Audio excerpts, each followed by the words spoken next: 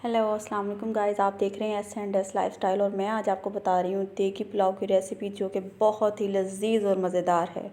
इसके लिए हमें चाहिए आधा किलो चिकन, 4 टमाटर, 3 प्याज, 4 हरी मिर्च, लाल मिर्च 1 चम्मच, गरम मसाला 1 चम्मच, गरम मसाला मिक्स लिया है, इमली 3 चम्मच पानी में भिगो दी है, दही 3 चम्मच, नमक 1 चम्मच, जस्ट बस ये चीज़ें चाहिए। चावल आधा घंटा पहले भिगो के, आधा किलो चावल हैं।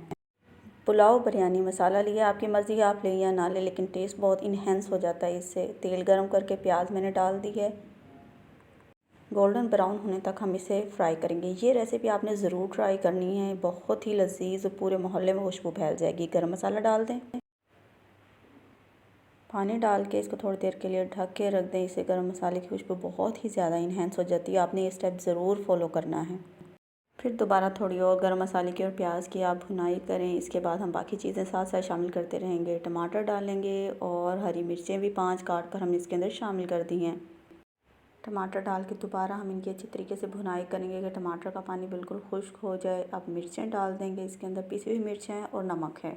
दूसरी साइड पे अब हम पुलाव बिरयानी मसाले की 2 चम्मच, इमली जो कि पहले से भिगो कर रखती थी, और दही 3 चम्मच अच्छे तरीके से मिक्सचर को मिक्स कर लेंगे।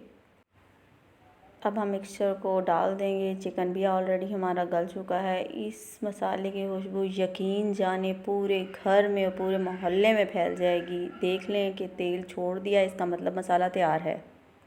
अब इसको मज़ीद अच्छी तरह से भून लेंगे और पकने देंगे। मसाला डाल देंगे, दही, इमली और बिरयानी पुलाव मसाला मिक्स करके इसके अंदर डाल देंगे और पकने देंगे, छोड़ देंगे। अब हम इसमें पानी डालेंगे और पानी की मिकदार मैं आपको बताती हूँ कि किस तरह से मैं नापती हूँ। हरी मिर्चें डालेंगे, इस पॉइंट पे आपने हरी मिर्चें लाजमी डालनी है, इसका बहुत ही अच्छा टेस्ट इन्हेंस हो जाता है। अब साथ ही हम इसमें शामिल कर देंगे चावल जो कि हमने आधा घंटा भिगो कर रखे थे। अब पानी चेक हम इस तरह करते हैं कि 1 इंच चावलों से ऊपर हमारा पानी होना चाहिए। ये देखिए मैं डिप करके देख लिया है इसके अंदर, तो अब पानी खुशक होने के करीब हो गया। दम का टाइम हो रहा है। अगर आपने चावल निखरे निखरे तैयार करने तो ऊपर से एक नींबू ज़रूर डाल दें।